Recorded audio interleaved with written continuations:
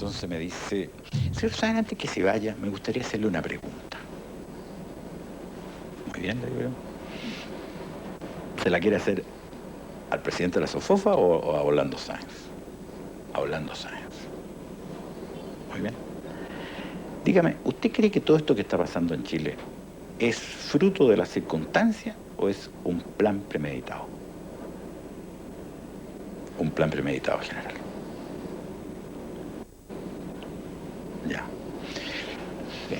Entonces, bueno. Entonces, oiga, juguemos con igualdad de condiciones. ¿Puedo yo ahora hacerle una pregunta a Augusto Pinochet, no al general? ¿Sí? ¿Usted qué cree? Entonces me quedo mirando, pestañeó 2 o 3 veces, se paró y me dijo, esto es totalmente premeditado, señor Sáenz. Gusto saludarlo, por favor, hasta luego. Y me fui, salí yo con un palmo de nariz. Me acuerdo que cuando llegué a la SOFOFA, pesqué a mi grupo y les digo, les conté la entrevista tal cual había sido, y les digo, miren caballero, anoten en su bitácora, aquí alguien tiene un monstruoso error de cálculo. Este fulano no es lo que se dice que es. La huelga de camiones ha influido para que desde hace aproximadamente 10 días algunos establecimientos, sobre todo los que venden productos de primera necesidad, cierren sus puertas. Escasean las papas y solo podemos encontrar lechugas, acelgas y otros productos que se producen naturalmente aquí en Curicó. A fines de julio de 1973 comenzó el proceso de paro total diseñado por los gremios de la oposición. Con los camiones detenidos, el nivel de desabastecimiento, especialmente en Santiago, era insostenible. El comercio a la vez cerró sus puertas y la Dirinco, el organismo estatal que los fiscalizaba, trataba como fuera de abrir los locales para que la gente pudiera comprar, incluso desarrajando los locales. El gobierno tomará drásticas sanciones contra los comerciantes que acataron la orden de la Confederación del Comercio Detallista, de la Cámara Central de Comercio y del Sindicato de Dueños de Establecimientos Comerciales en el sentido de no abrir hoy sus puertas.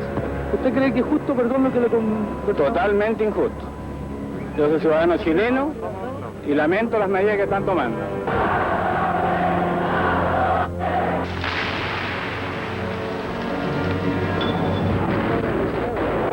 Calle Moneda y Bandera.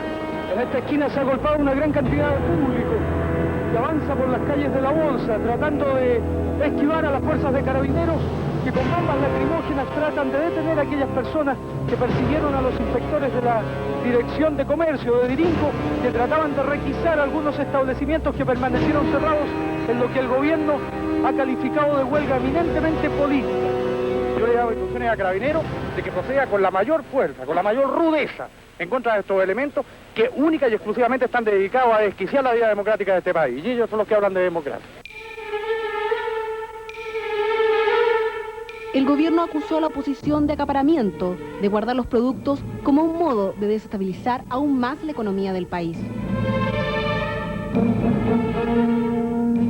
Funcionario de Dirinco, ¿cuál es el problema? El problema es que se llegó a comprar un tarro de leche y se negó la venta por un tarro de leche habiendo en existencia 5.000 tarros. ¿Por qué razón? Bueno, yo no sé si acaso le he negado yo o que ha sido uno de los empleados, tal vez.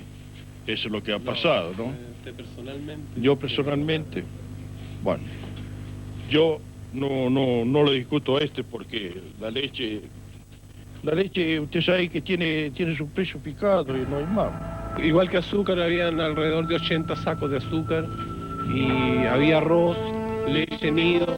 Mire, 60 sacos me mandaron, que es la 15 gramos, hace alrededor de un mes. Así que imagínese usted, porque está acaparando. El aceite que usted mantenía guardado en bodega, 3 tambores. ¿Cuáles? Los 3 tambores que estaban en la bodega. Bueno, si hay uno lo recibí ayer.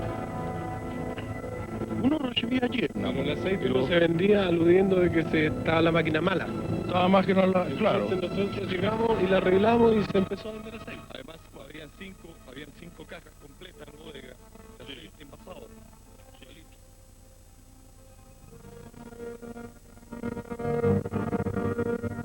No había razón para desastre.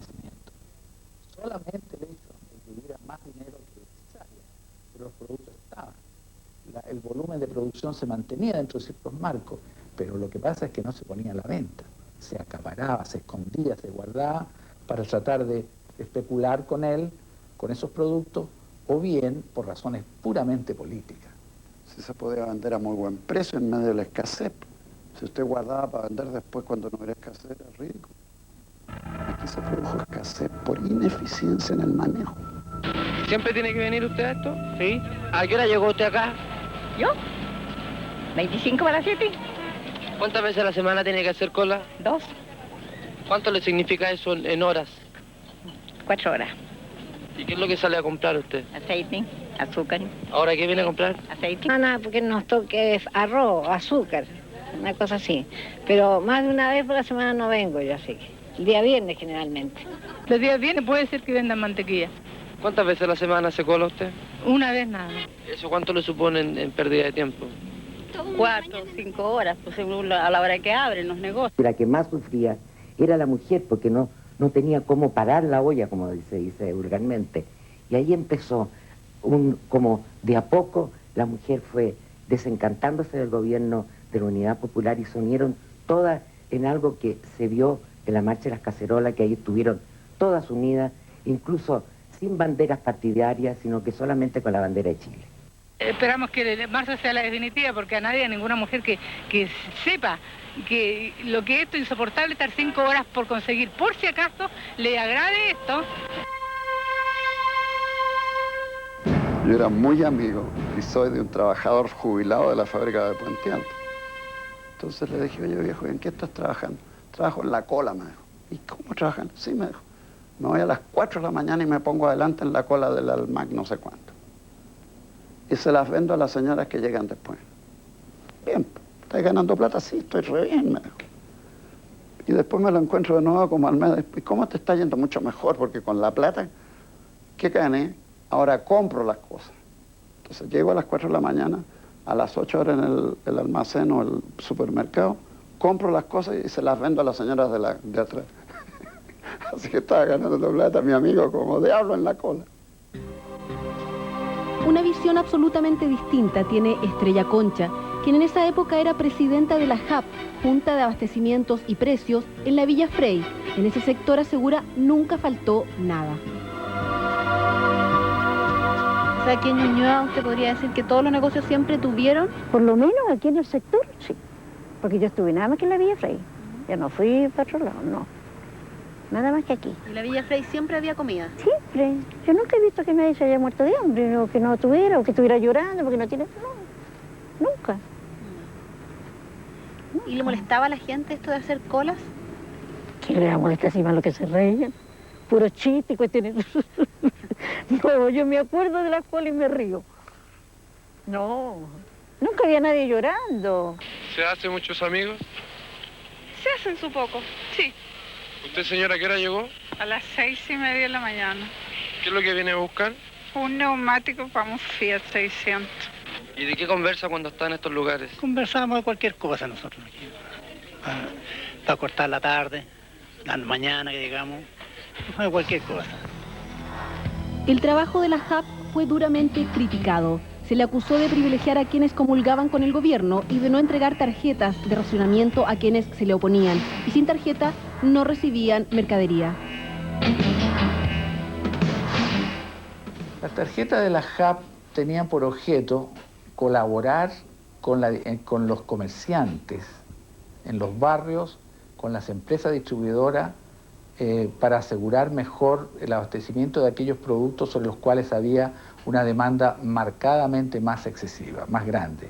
Yo supe por las mismas pobladoras que conversaba mucho con ellas, de que realmente si no firmaban los registros de uno de los partidos que estaba en el gobierno, tranquilamente no tenían azúcar, no tenían nada, y hacer cola nomás. Puede haber habido, como siempre ocurre, algunos casos de abuso. Sin duda que los hubo. Como los precios en esa época eran fijados por el gobierno, comenzó a operar el mercado negro. Bueno, de repente, a través de las conversaciones que uno decía, bueno, ¿y para qué estamos haciendo cola? Contaban, en tal parte hay una señora que le llegó azúcar.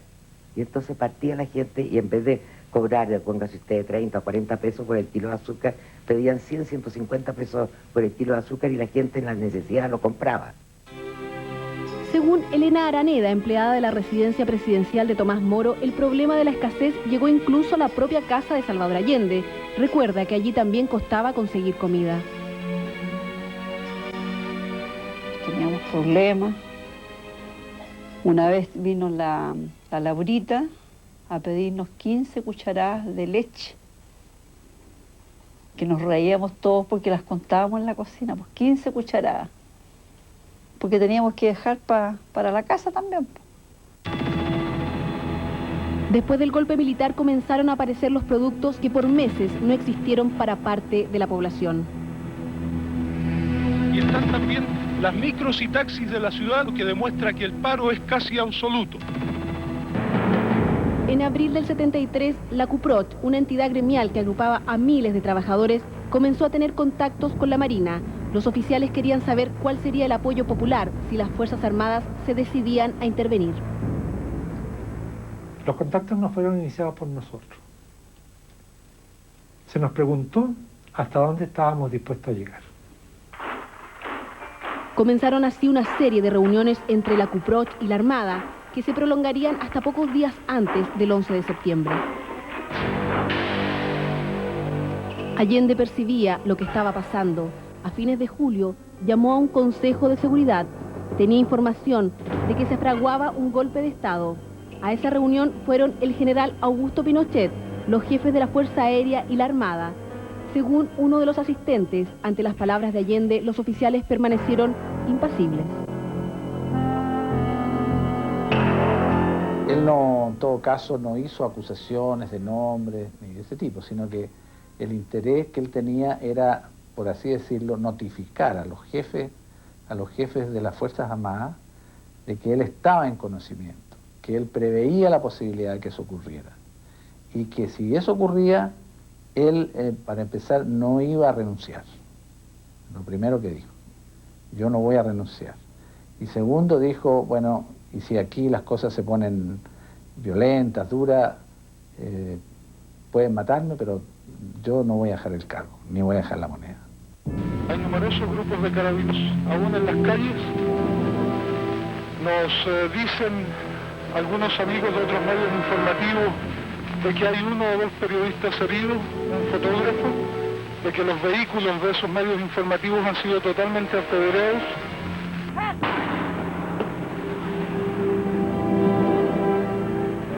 Por el otro sector, bajando ahora por la Alameda, la gente.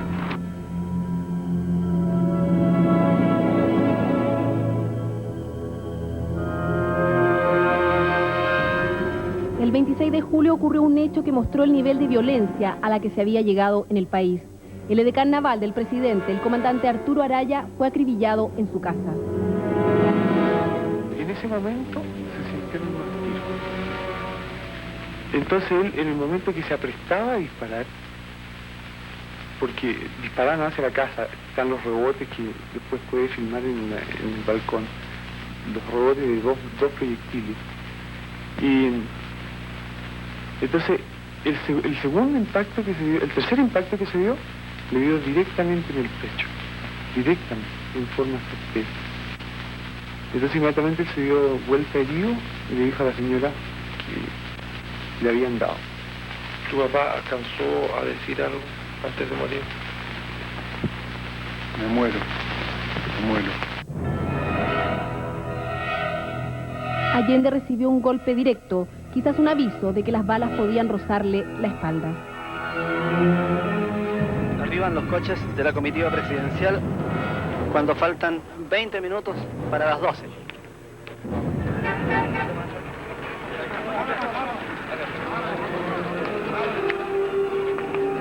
El presidente de la República no va a formular declaraciones en este primer momento.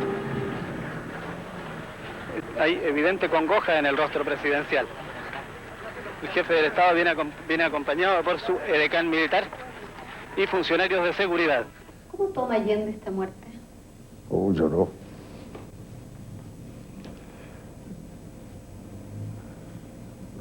Me afectó muchísimo, porque le tenía mucho cariño, o sea, a Araya lo quería muchísimo.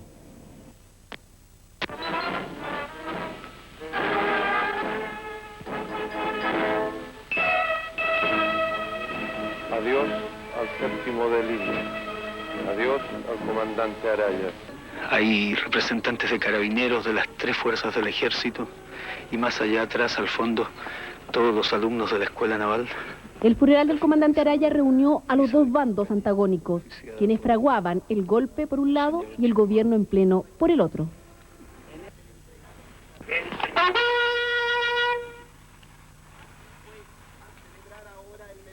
También en esa oportunidad pasamos un momento bien tenso porque el presidente concurrió a sus funerales a la escuela naval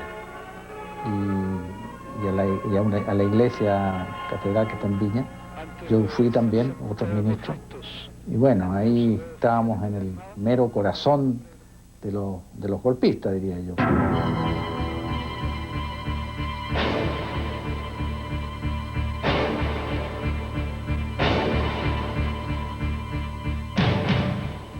Chile había llegado al límite total de lo que se puede llamar desabastecimiento, desorden, corrupción administrativa, todo lo que usted puede llamar de desastre nacional.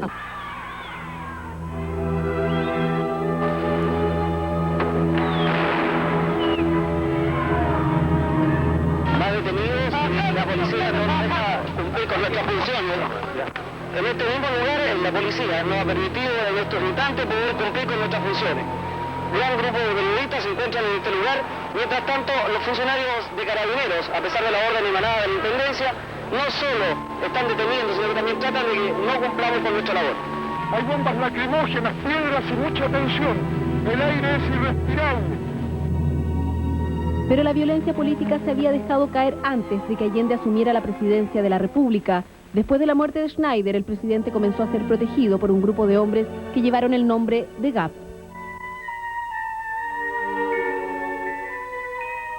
Él estaba consciente que lo podían matar en cualquier momento. Miedo no tuvo. Nunca demostró temor. Él estaba claro, estaba consciente y por lo tanto por eso que aceptaba de buen grado las medidas que nosotros empezamos a implementar. Estamos en calle 18 con Alameda. En las esquinas hay numerosísimos grupos de estudiantes. Los incidentes comenzaron aproximadamente a las 2:30 del día. El tránsito ha sido interrumpido. Hay sirenas de carabineros, de motos que salen desde aquí de la Alameda. El estampido que ustedes oyen de vez en cuando es el de las bombas lacrimógenas de carabineros que vienen persiguiendo a los estudiantes desde el Ministerio de Educación. Se sabía que algo iba a pasar y quien más claro lo tenía era el propio Salvador Allende. Pero se veía preocupado porque en las mañanas cuando se levantaba tomaba su sombrero, manos atrás y caminaba por los pasillos. Se daba unas 2 vueltas y después se iba. Entonces se notaba una persona preocupada. Yo creo que presentía ya lo que venía ya.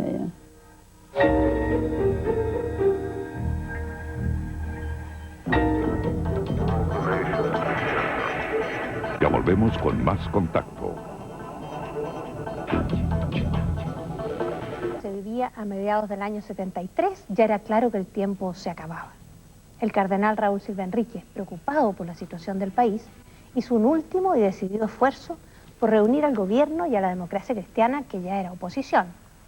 La crisis tensionó al máximo a la Fuerza Aérea y a su comandante en jefe. En ese escenario, las acusaciones mutuas entre la Armada y la extrema izquierda de infiltración marxista por un lado y de golpismo por el otro, echaron aún más fuego a una hoguera que ya ardía. Después de la muerte del comandante Araya, muchos hablaban de guerra civil o golpe de Estado. Allende intentó desesperadamente encontrar una salida. La democracia cristiana parecía como un salvavidas para lograr un acuerdo y evitar así la caída indiscutible del gobierno.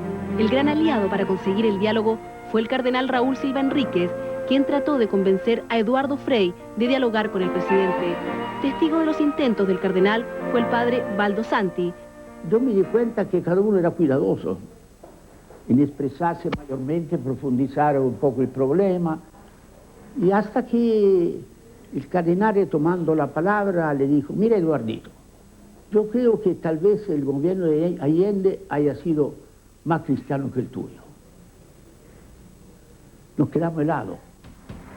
Estas palabras afectaron al expresidente Frei, así se lo dijo al padre Santi. Eduardo Frei a los 5 minutos volvió. Tocó el timbre y dijo: ¿y ahora qué te pasa? Él, llorando como un niño, esto lo puedo asegurar, ¿te das cuenta, Baldo, que me ha dicho que el gobierno de Allende ha sido más cristiano que el mío? Eduardo Frei Montalva, líder de la democracia cristiana, no aceptó entonces juntarse con Salvador Allende. Posteriormente, los diálogos de Allende fueron con Patricio Aylwin, presidente del Senado. El cardenal, preocupado, hizo entonces un llamado a la paz. El sentimiento de la patria que desea la paz. El sentimiento de los chilenos que desean evitar un mal mayor, de guerra, de intranquilidad. Deseamos la paz. Chile desea la paz. Y los gobernantes, los hombres políticos de todos los colores y de todas las tiendas, entiendan que Chile anhela y quiere e impondrá la paz. Pero el clima de enfrentamiento crecía. La oposición, que entonces agrupaba al Partido Nacional y a la DC, convocó a una gran manifestación. Que por nuestras diferencias ideológicas hemos sido adversarios en la vida cívica chilena. Lo somos ahora y lo seguiremos siendo en el futuro.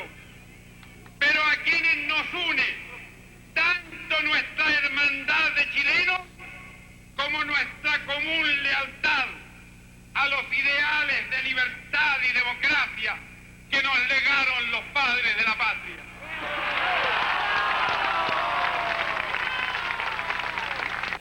Ayer se estaba defendiendo la democracia burguesa, que es justamente distinta a la que se va a defender el 18, que es la democracia de la clase trabajadora. Yo creo que democracia no se puede dividir entre burguesa y trabajadora. Las clases tienen su democracia y sus libertades. Es decir, tú dices, para ti todo se reduce a quien tiene el poder, es el que da qué libertad tiene a ver. Claro.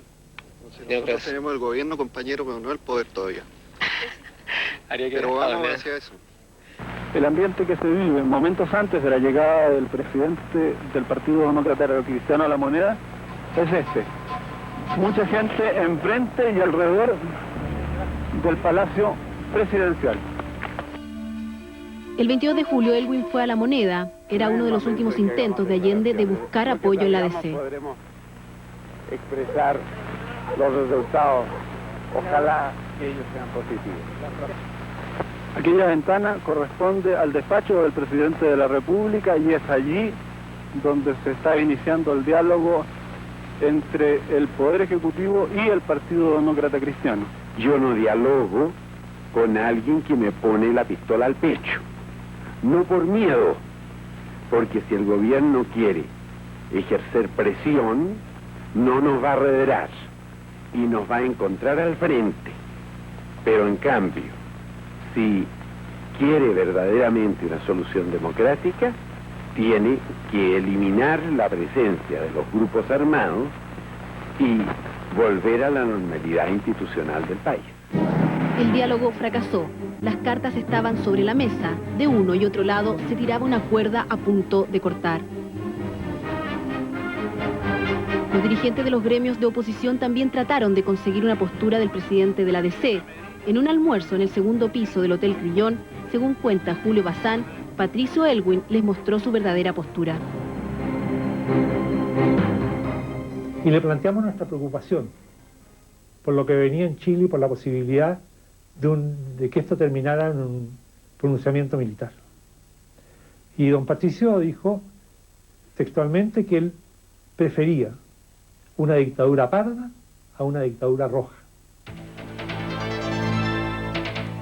Estos diálogos del gobierno con la democracia cristiana eran rechazados por los partidos más radicales de la Unidad Popular, entre ellos el MAPU. después con la distancia uno puede decir, digamos, que no es la primera vez en que todos los actores tenemos la sensación de que esto va, digamos, a un desenlace trágico, pero que pareciera que todos empujamos en el sentido y que se hace muy difícil de detener.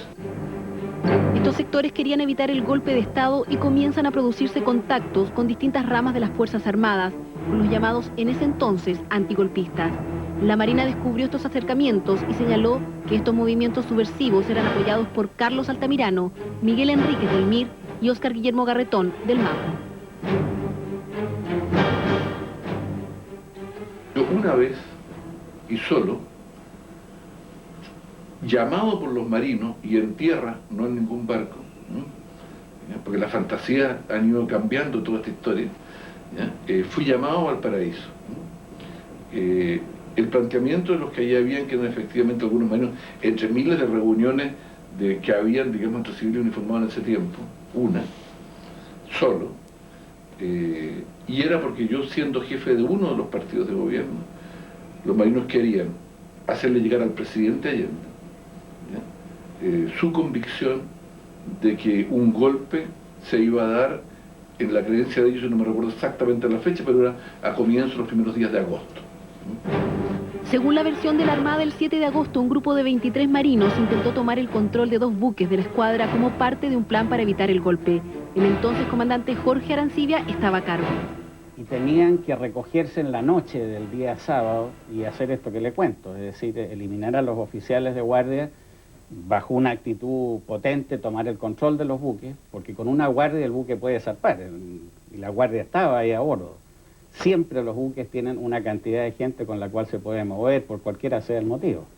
Entonces era obligar al resto a zarpar y hacer lo que yo le cuento que tenían que hacer, que era bombardear el sector habitacional de las Salinas, donde vivían el resto de los oficiales.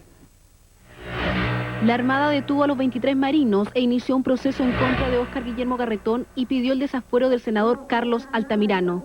Los acusó de sedición. Porque la verdad, compañeros, es que tuve una reunión con estos marineros, con algunos de ellos. La justicia, 20 años después, falló 6 votos contra 0 la inocencia de Garretón. Se requirieron 20 años, ¿no?, para que llegara ese fallo, y lo curioso es que se requirieron 10 años más para que yo ante las cámaras de televisión pueda decir, digamos, de que por lo menos la Corte Suprema determinó que yo no había hecho sedición. A 30 años del golpe militar, Garretón realizó su propio análisis del papel que jugó en esos tiempos.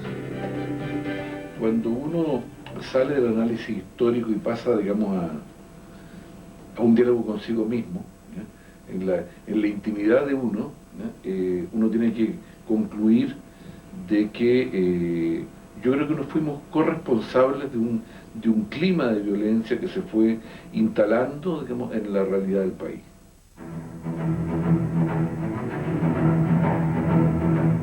El 9 de agosto de 1973, los camioneros seguían en paro. El comercio estaba cerrado y el transporte inmovilizado. Salvador Allende intentó apagar este verdadero incendio nombrando lo que llamó el Gabinete de Seguridad Nacional. Incorporó a 2 comandantes en jefe de las Fuerzas Armadas para intentar poner orden. Nacional. Esta es la imagen que tiene Santiago en momentos de mucha intranquilidad.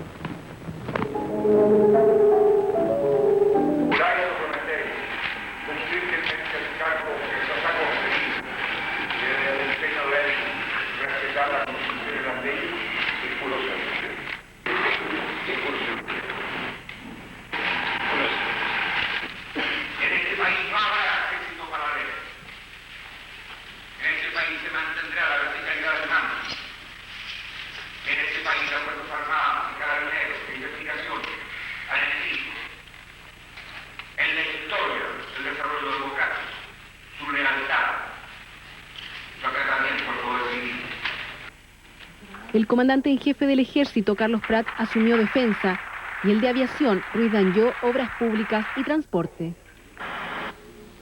A esta hora, Chile tiene un nuevo gabinete que el presidente de la República llamó de Seguridad Nacional y que es según él, el último intento para restablecer el orden público y la tranquilidad en la patria. Con los comandantes en jefe en el gabinete, el ejército quedó a cargo interinamente de Augusto Pinochet, la marina de José Toribio Merino y la fuerza aérea de Gustavo Lee Guzmán. Comienzan entonces a alinearse quienes serían los responsables del golpe de Estado. No me van a exigir que renuncie los que siempre estuvieron contra el movimiento popular. Y si lo pretenden hacer es porque saben que yo soy su vocero y su intérprete.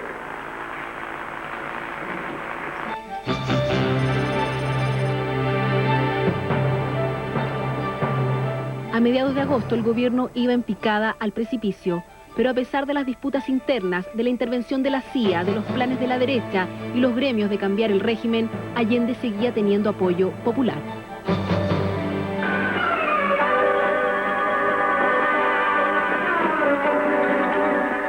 Una extraordinaria manifestación de apoyo al presidente Salvador Allende y su gobierno realizaron mujeres trabajadoras, campesinas, obreras y estudiantes.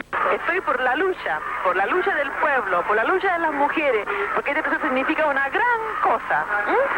Así como anoche vinimos a darle el apoyo al presidente, que no renuncie, porque no va a renunciar, porque vamos a defender con nuestra vida, con nuestra sangre, lo que tanto ha costado. Es la voz de la clase obrera que entrega su decisión revolucionaria de detener al golpismo. Él quería mucho a su país, quería mucho a su gente. Era más que un patriota a la antigua usanza de banderas o de batallas. Era un hombre que quería a su patria porque quería a la gente que estaba acá. Y quería modificar las condiciones de vida de esta gente.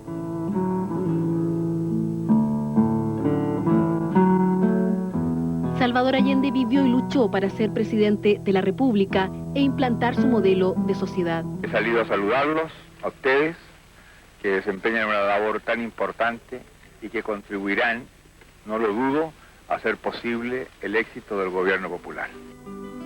Su instrucción política comenzó muy temprano en Valparaíso de la mano de un zapatero anarquista con quien jugaba ajedrez. Era un político intuitivo y nato.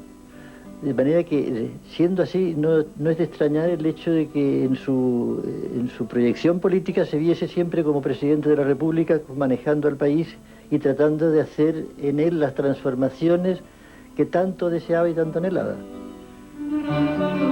En la década del 40 descubrió la concepción del socialismo y comenzó a unir a la izquierda en un frente amplio. Fue diputado a los 29 años y luego senador.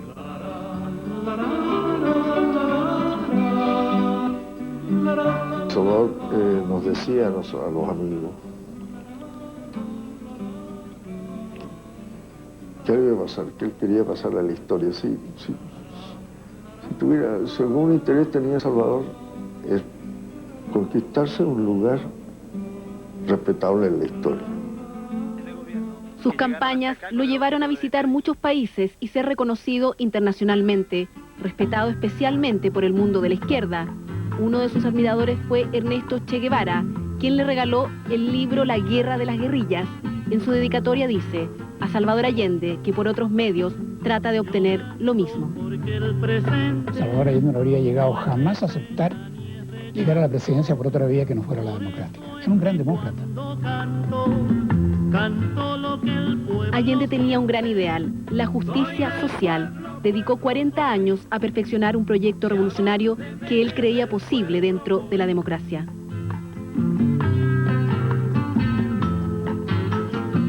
Él fue un gran crítico del gobierno. Al interior del gobierno, un gran crítico por Salvador. Sus adversarios políticos no dudan al señalar que Allende no supo controlar a los partidos de la UP, y menos el manejo económico. Yo realmente siempre creía al presidente Allende un político de convicciones y a la vez muy hábil. Pero ya a esa altura yo me daba cuenta de que el presidente no era dueño de manejar a sus propias fuerzas. El presidente Allende era un político químicamente puro y de economía no trato ni mucho menos de mirarlo para abajo ni nada. era total y rigurosamente fuera de foco. Casi dije ignorante, pero no quiero usar esa palabra ante un presidente fallecido todavía. Pero no tenía idea de economía. En Reñaca, entre tanto, se espera el resultado de las conversaciones que sostienen a esta hora, a las 2 de la tarde, el ministro de Obras Públicas, general del aire César Ruiz Danyó, con los dirigentes de la Confederación Nacional del Transporte Terrestre de Chile. Y en Reñaca Alto, a muy pocos metros del mar, el campamento que han establecido. De este campamento han dicho que el total de las máquinas que se encuentra en este lugar alcanza a las 4.300 y un poco más. 9 días duró el gabinete cívico-militar impulsado por Allende. El 18 de agosto, y sin solucionar la huelga de camioneros, renunció al Ministerio de Obras Públicas y Transporte César Ruiz Danyó, comandante en jefe de la Fuerza Aérea. Allende le pidió que siguiera en su cargo, pero Danyó no aceptó. El presidente le pidió entonces que dejara también la comandancia en jefe de la aviación. Un antecedente, luego me abstengo de emitir opiniones. Señor general, ¿cuáles fueron los motivos principales de su renuncia? Los motivos principales de mi renuncia, estimé que no estaba realizando la labor que yo había pensado que podía realizar. ¿Cuál era esa labor, mi general? Bueno, contribuir de alguna manera a solucionar los problemas que en este momento estamos viviendo en Chile.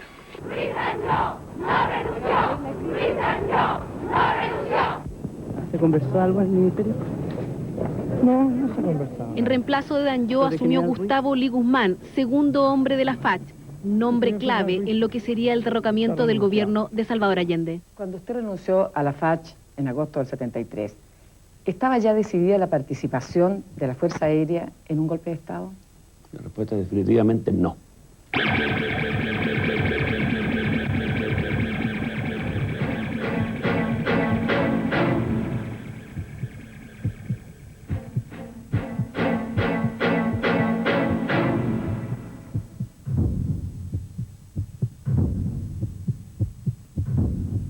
Tras la salida de Ruiz Danyó, el ambiente político-social se ofuscó aún más.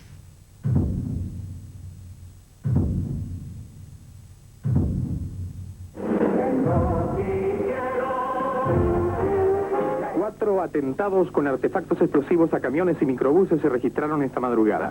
Comandos terroristas de derecha que huyeron detonaron un artefacto explosivo bajo un microbús. La Secretaría General de Gobierno desmintió la versión de medios de difusión derechistas en el sentido de que las guarniciones de la Fuerza Aérea de Chile se hubieran autoacuartelado en la mañana de hoy. 4 bombas incendiarias lanzaron terroristas de Patria y Libertad y de los comandos Rolando Matus esta madrugada.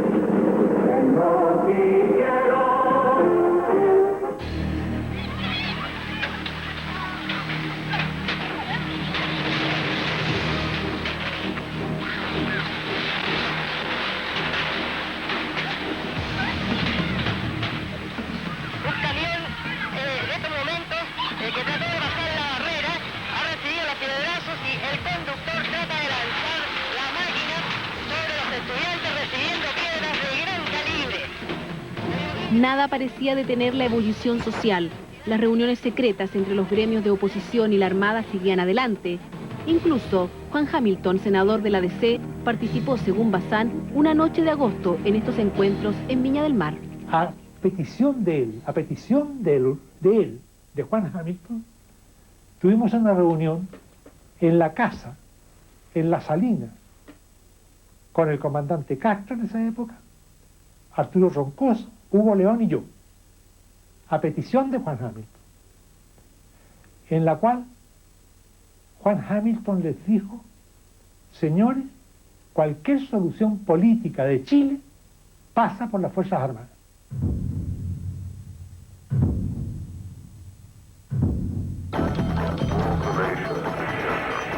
Cuando regrese.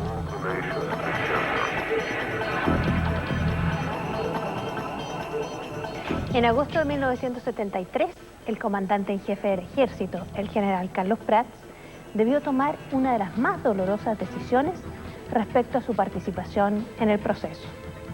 Entonces entró en escena quien hasta ese momento era un misterio para quienes preparaban el golpe militar, el general Augusto Pinochet. En septiembre se cumplían 3 años de la elección presidencial que llevó a Allende la moneda y se pondría a prueba, una vez más, el respaldo popular con que contaba a esas alturas de su periodo. Lo que tiene que hacer una cosa es que el obrero y el empleado... A mediados del 73 así contestaban en una encuesta callejera al momento político que se vivía. Un empleado 2 horas más para salvar a Chile en este momento, que habría que salvar a... que le paguen más. No es, señor. No es, señor. Eso es correcto. Es que por Chile hay que hacer todo. Hay que hacer por Chile, por Chile tiene que poner todo, no por su que me va a matar. Creo que es el primer gobierno que va atacando a la derecha en forma muy justa, porque ya era demasiado, porque aquí, digamos, esto ya, la democracia nuestra se está convirtiendo en un libertinaje, ya no es democracia en esta forma. En caso de un golpe de Estado, ¿usted defendería al gobierno? Sí, lo defendería, porque tengo experiencia que lo único que vale es la democracia. El 22 de agosto, Allende volvió a intentar casi desesperadamente restablecer el diálogo con la DC. El presidente acudió nuevamente al cardenal Raúl Silva Enríquez. Le dijo el presidente, cardenal, yo necesito hablar nuevamente con Patricio Aylwin. Le pido que usted tenga la gentileza, por su autoridad moral, que nos preste su mesa, que es una mesa neutral, para que podamos conversar.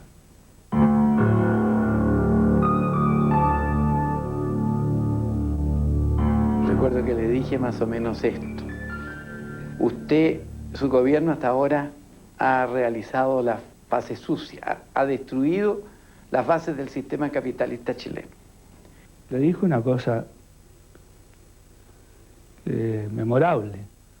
Usted tiene la ocasión de salir como el presidente que ha construido la democracia o como el presidente que destruyó la democracia en Chile.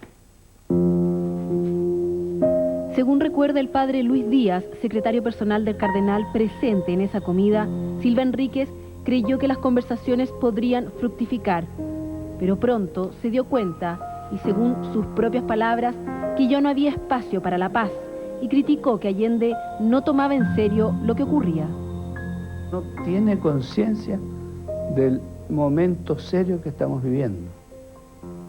Y entonces los hechos van a decir si realmente él asumió los compromisos que hoy día delineó delante o con Patricio Aylwin. Yo creo que no, porque frivoliza mucho. La crisis llegaba a su clímax. A esas alturas Allende incluso pensó en renunciar.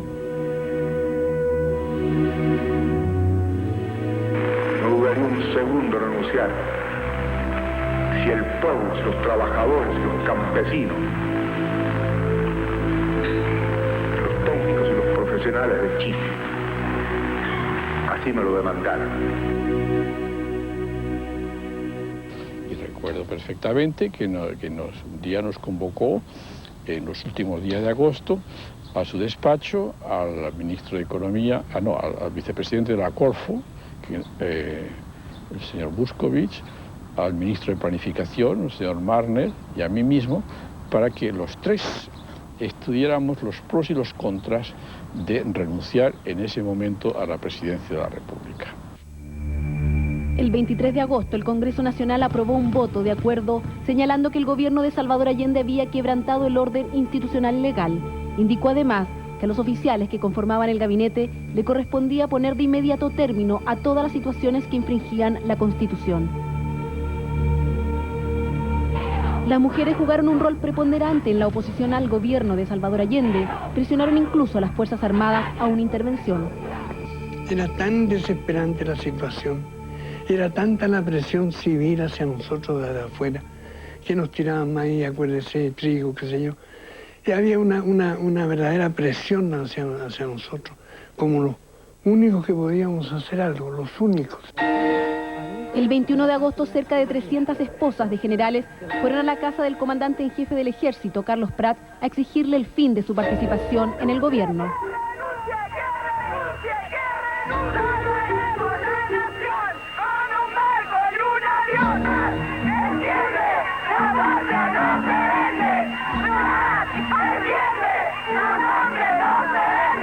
Mire, la mujer tuvo un despertar de león, porque cuando vio amagado la educación de sus hijos, cuando vio la violencia en las calles, cuando vio cómo querían aquí implantar una dictadura del proletariado indiscutiblemente, la mujer salió a defender. El 23 de agosto, el general Prats renunció a la comandancia en jefe, a pesar que aún tenía apoyo de la Unidad Popular.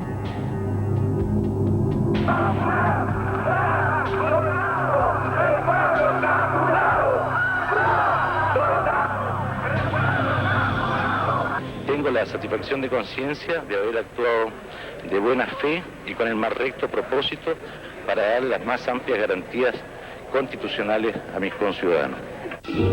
Asume entonces el general Augusto Pinochet Ugarte. El general Augusto Pinochet asumió esta tarde el cargo de comandante en jefe del ejército. Gran cantidad de periodistas tanto nacionales como extranjeros se han reunido acá en la comandancia en jefe para presenciar el acto de asunción de la comandancia en jefe del ejército. Ordeno, a partir de esta fecha, asumo el mando en jefe del ejército en carácter de titular. La presente orden de comando será dada a conocer a todo el personal de la institución. Anótese, comuníquese y publíquese. Augusto Pinochet Ugarte, general de ejército, comandante en jefe. Muchas gracias a los señores generales. Cada uno debe cumplir con su deber como corresponde. Muchas gracias. Augusto Pinochet podría haber sido médico como Allende, pero la influencia del esposo de su abuela, un francés que peleó en la Primera Guerra Mundial, lo llevaron a la carrera militar. Se inició en la infantería, luego fue trasladado al regimiento Chacabuco de Concepción.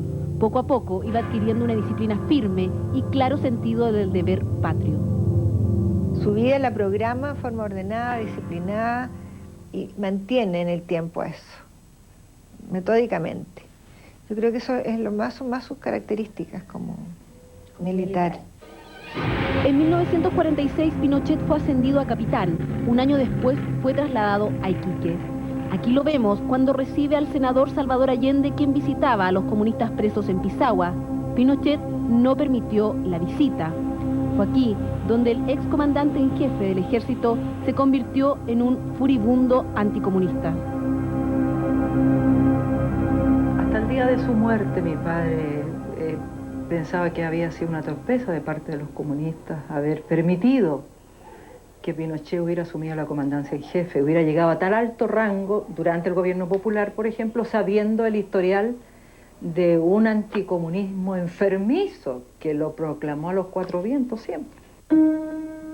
¿Por qué Salvador Allende nombra a Augusto Pinochet en la comandancia en jefe? Incluso en las memorias del general Pinochet, él mismo se pregunta por qué Allende tomó esa decisión cuando se sabía que era contrario a los comunistas. Lo único que recuerdo es que existía como un temor en la familia que se dieran cuenta de que mi papá tenía otras ideas. Ese temor existía desde que lo nombraron, porque una noche que Allende lo llamó, una noche que lo llamó como a las 3 de la mañana, mi papá pensó, ya saben lo que yo pienso. Los colaboradores de Allende señalan que fue el propio general Carlos Prats quien creía ciegamente en la lealtad de su segundo hombre. En las reuniones del alto mando, Pinochet siempre se mostró como parte del grupo de generales que se oponía a un golpe de Estado. El doctor Allende le pregunta al general Prats quién cree que es un oficial que puede en esos momentos mantener esos principios republicanos en el ejército. Y el general Prats le dice que por lo que ha visto durante 2 años, el hombre que tiene todos los días contacto con él, la lealtad del general Pinochet está asegurada. La salida de Prats tensionó aún más el ambiente. Los políticos defendían fieramente sus posturas por las radios. Llenos de sangre, caciques, canallas e infames de la Unidad Popular, que derroquemos al señor Salvador Allende y la democracia al trastorno, a la guerra civil. Allende es un presidente fracasado. Nosotros vamos a respaldar al compañero Salvador Allende hasta las últimas consecuencias. El doctor Allende me comentaba, estaba cenando yo ese día en su casa, me comentaba cómo estaba desarrollándose el odio en el país y cómo eso a él le preocupaba muchísimo. Allende sabía que el nivel de violencia estaba superando los límites. Su amigo Carlos Jorquera recuerda que lo vio llorar cuando en un enfrentamiento murió un campesino. Ahí se rompía definitivamente uno de sus propósitos, que era cumplir su periodo sin muertos. Entre tanto, quienes preparaban el golpe en las Fuerzas Armadas movían sus piezas. En la Marina los altos oficiales presionaban para que el almirante Raúl Montero dejara la comandancia en jefe y asumiera el almirante Merino. En Carabineros, el general Giovane, tercero en el mando, convenció al general Mendoza, segundo a bordo, que tenía que sumarse a la conspiración.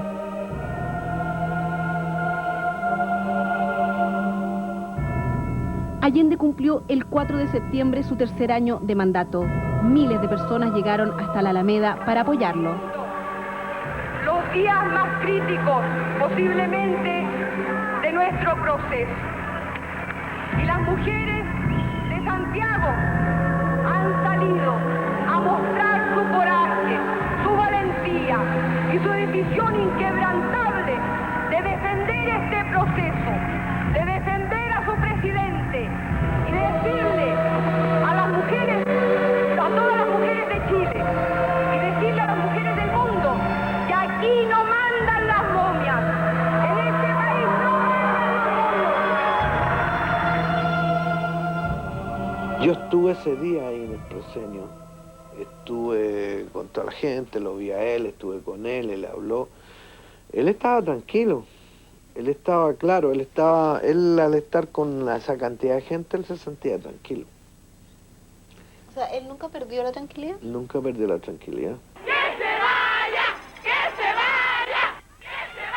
Un día después de la gran marcha por la Alameda, las mujeres de la oposición realizaron una protesta con cacerolas. Las ollas vacías se habían convertido en el símbolo del descontento frente al desabastecimiento.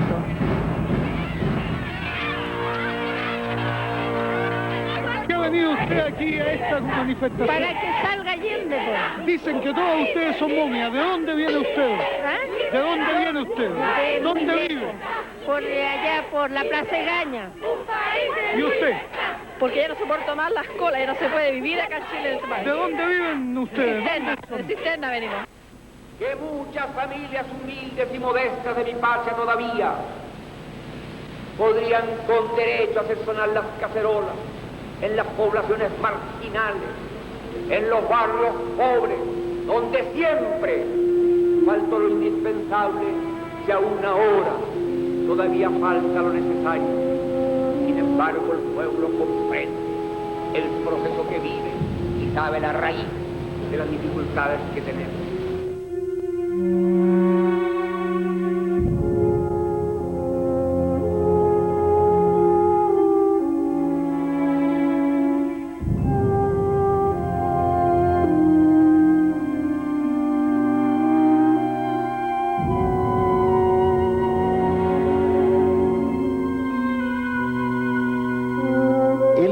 Comprendía que la situación política se deterioraba, se daba cuenta de que en ese deterioro probablemente había errores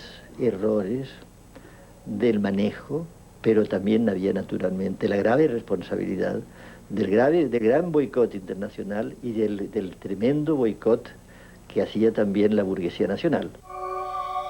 Se iban a cumplir 1000 días del gobierno y Salvador Allende había cambiado desde aquella entrada triunfal y feliz a la moneda. Su proyecto no estaba dando resultado y la preocupación se le notaba en el rostro. Como los ve a diario, es tanto lo que van cambiando. El día ojeroso, preocupado, esa mirada profunda. Lo vi muy preocupado las últimas veces.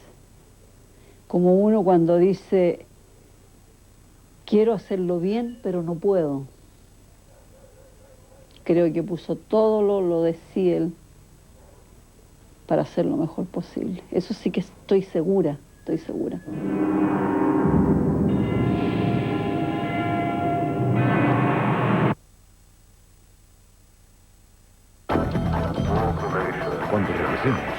¿Cómo se decidió la fecha final del golpe?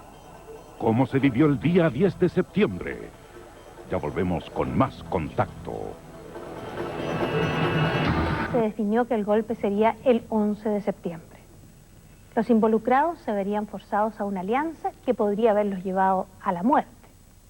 En la víspera, Carlos Altamirano pronunció su famoso discurso, que hasta hoy se discute si fue o no decisivo para quienes tenían ya intenciones de poner fin al gobierno de la Unidad Popular. Así, tenía los días contados el experimento chileno, que tenía un valor simbólico para el resto del mundo que iba mucho más allá de lo tensionado que pudiera estar en ese momento nuestro país.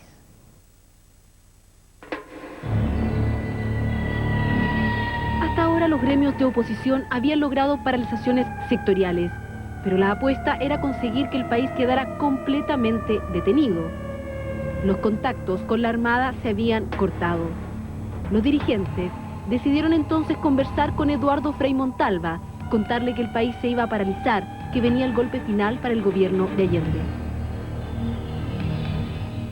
Y le planteamos que nosotros estábamos en una situación terrible, porque estábamos a punto de llevar al país a una huelga general, y le describimos toda la huelga, y creíamos que la única solución para que esto no se transformara en un movimiento terrible era que él asumiera la conducción que nosotros habíamos tenido hasta ese momento, y que, por lo tanto, cualquier eventualidad que viniera se transformara en una solución civil-militar, y no solamente militar. Anteayer hablé con Manuel Valdés y le pedí autorización para contarle lo que viene ahora.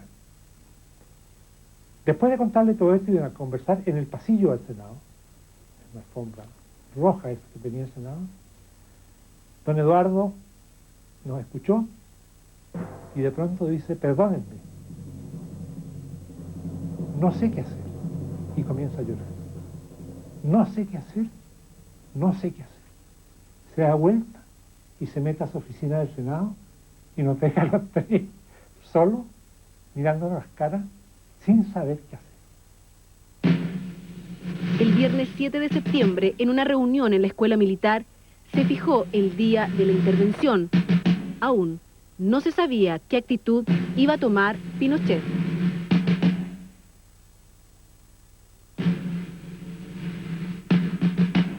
Y Pinochet vino a aceptar realmente el domingo en la tarde, el domingo 9. Y ahí se tomó la decisión de, por eso como era domingo ya, que fuera el martes y no el lunes. Además era mucho menos notoria el acuartelamiento de las tropas un día domingo, era muy significativo. Allende y sus planes estaban a punto de fracasar. Sus ideales, que aquí explica a unos niños en Cerro Castillo, quedarían truncados. Compañero ya.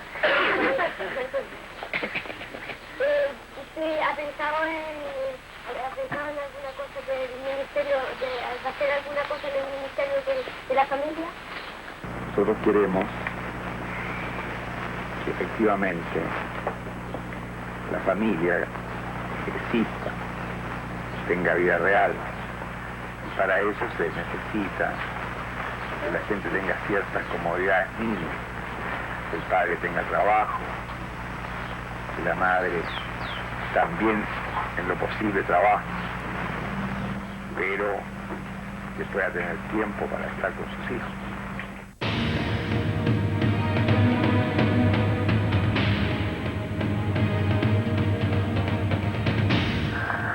Todos los partidos hemos estado de acuerdo que hay que aplicar la autoridad del gobierno de manera irrestricta en contra de los terroristas, en contra de los sediciosos, que hay que estar dispuestos a movilizar a las masas para combatir cualquier intento de golpe de Estado y para aplastarlo con rapidez. El sábado 8 de septiembre a Elena Araneda le tocó salida. Como siempre, se despidió de Salvador Allende, su patrón. Esa fue la última vez que lo vio. El sábado 8 se despidió, me abrazó, me hizo cariño aquí en la cabeza. Mi nena, me decía que tanto te quiero. No me olvides jamás, me dijo. Pienso que fue el día de la despedida.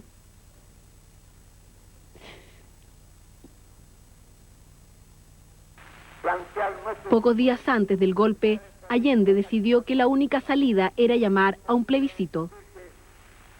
Para tener una táctica y una estrategia. Y él nos decía que había que impedir la masacre. Me acuerdo que él empleaba ese término, masacre. Así, por lo tanto, había que buscar una salida democrática. No existe certeza en qué momento Allende comenzó a gestar la idea de esta consulta. Según Carlos Jorquera, el domingo 9 de septiembre en la Casa del Cañaveral se habría escrito el documento que indicaba los puntos esenciales para el llamado a este plebiscito. Allende lo postergó del lunes para el miércoles. Pero no lo postergó porque a él se le ocurriera eso el día domingo, sino porque dos generales de civil se lo propusieron. Después de felicitarlo por esta decisión tan patriótica, y le pidieron que lo postergara para ellos arreglar las situaciones internas del ejército. ¿Quién eran estos generales? Augusto Pinochet y Urbina.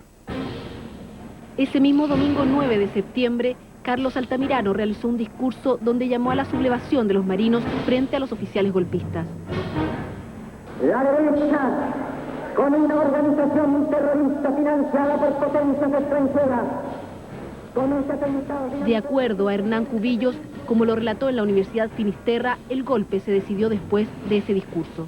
En realidad la Marina no decidió moverse hasta que no se dio cuenta que por las acciones de Altamirano y la gente que la elimina en Talcahuano estaban tratando de producir un motín dentro de la Armada.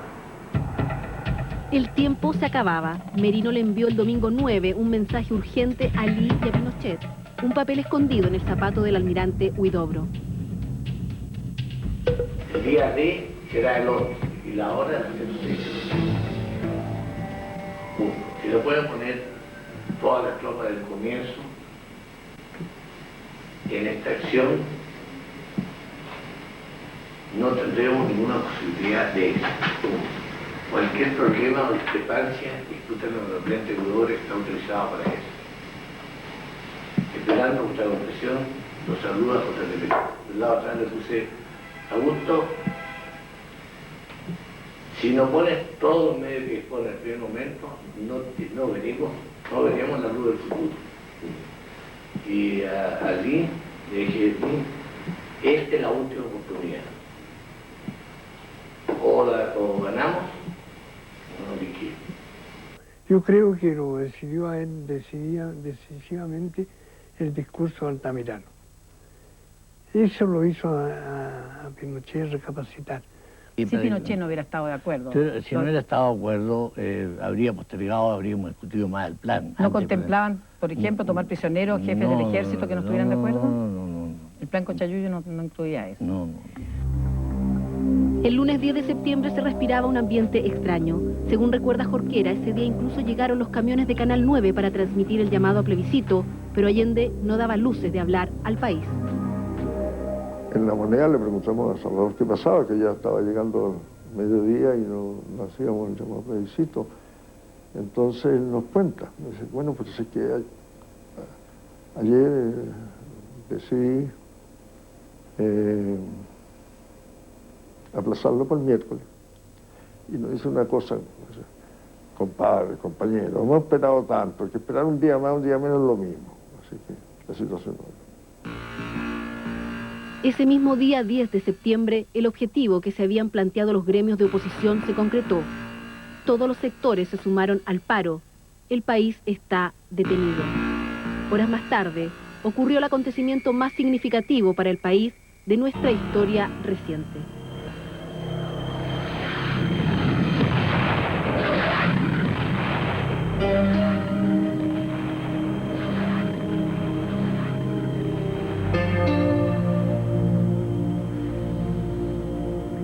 Quizá este sea el último aniversario del 11 de septiembre de 1973 en que se revisará con tanto detalle los factores que lo detonaron y lo que ocurrió en Chile en esos años. Como nunca antes se han abierto los archivos, se han desenterrado imágenes captadas en ese momento sin pensar que serían un valioso testimonio histórico 30 años después. Desde luego, con la perspectiva de hoy resultan aún más reveladores. Y es así como cada una de las partes ha podido mirar hacia atrás, ponerse la mano en el corazón y analizar cómo contribuyeron sus acciones y sus palabras para que el desenlace fuera todo lo dramático que fue. Ha sido un ejercicio colectivo, como país, de mirar hacia atrás de nuevo esta vez para ojalá nunca repetir los errores del pasado. Y ese es el esfuerzo al que quisimos contribuir.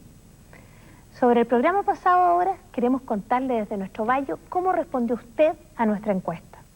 Ante la pregunta, ¿cree usted que las nuevas generaciones han superado las divisiones producidas por los hechos del 11 de septiembre? Esto fue lo que ustedes contestaron. Sí, dijo el 44% y no el 56%. Están bastante divididas las opiniones.